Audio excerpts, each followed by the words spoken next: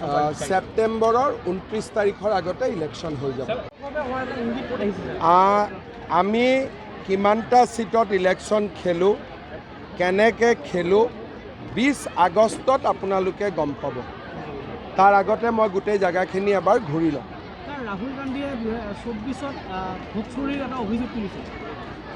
ৰাহুল গান্ধীয়ে নিজে ইলেকশ্যন জিকিলে চব ঠিক থাকে আৰু বিজেপিয়ে ইলেকশ্যন জিকিলে গণ্ডগোল হয়। কৰ্ণাটকত ভোট চুৰি নহয়, তেলেংগানাত ভোট চুৰি নহয়, যদি আমি জিকো সেই জেগাত ভোট চুৰি হয়। এইটো কেনেকুৱা ধৰণৰ কথা হ'ব পাৰে?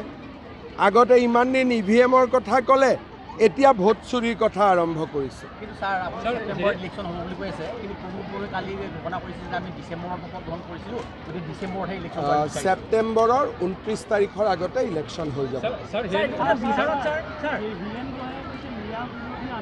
মই যোৱাকালি গুৱাহাটীত কৈ আহিছোঁ এই বিষয়ে, অলৰেডি মই ক'লোঁ। ছাৰ বিহাৰত ছাৰৰ যিটো ছাৰ হেৰি হৈ গ'ল, এক্সিকিউট হৈ গ'ল, অসমত হ'ব নেকি?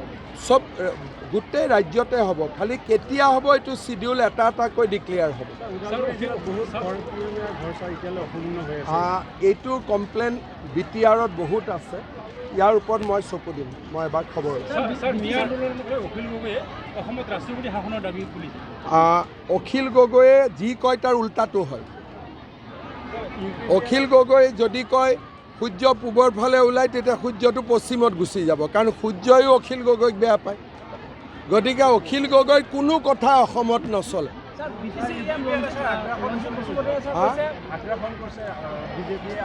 বিজেপিয়ে আগ্ৰাসন কৰিছে নে মিয়াই আগ্ৰাসন কৰিছে, সেই কথাটো বুজি পাব লাগে না। ছাৰ ৰঞ্জিত বসুমতাৰীয়ে কৈ আছে যে মানে বিজেপিয়ে মানে দিলীপ শইকীয়াৰ ওপৰত এটা মানে হেৰি লগাইছে যে আচলতে তেওঁ মানে কোনো কথা নাজানাকৈ তেওঁ সাম্য জ্ঞান তেওঁ আচলতে বক্তব্য। চক এই কথাটো মই অলৰেডি কৈছোঁ যে দিলীপ শইকীয়াৰ বক্তব্যটোক পলিটিকেল কেপিটেল কৰিব নালাগে, কাৰণ অসমত আমি জনজাতি লোকসকলৰ কাৰণে কিমান কৰি আছোঁ এইটো ৰাইজে দেখিছে।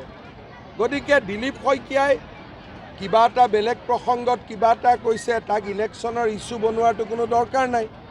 কাৰণ আমি যোৱা 5 বছৰ বা সোণোৱালৰ চৰকাৰ, মোৰ চৰকাৰ 10 বছৰ হৈ গ'ল, আমি কিবা মানুহে বেয়া পোৱা কাম এতিয়ালৈকে কৰিছোঁ নেকি? ক'তোতো কৰা নাই। চক এইবিলাক কোনে কোৱা ৰাজনৈতিক কথা বতৰা, তাত মই সোমাব খোজা নাই। আমি BPF-ৰো বিৰোধী নহয়, UPPL-ৰো বিৰোধী নহয়, মাত্ৰ এবাৰ পদুমক ৰাইজে ভোট দিব লাগে, এইটোৱে কথা।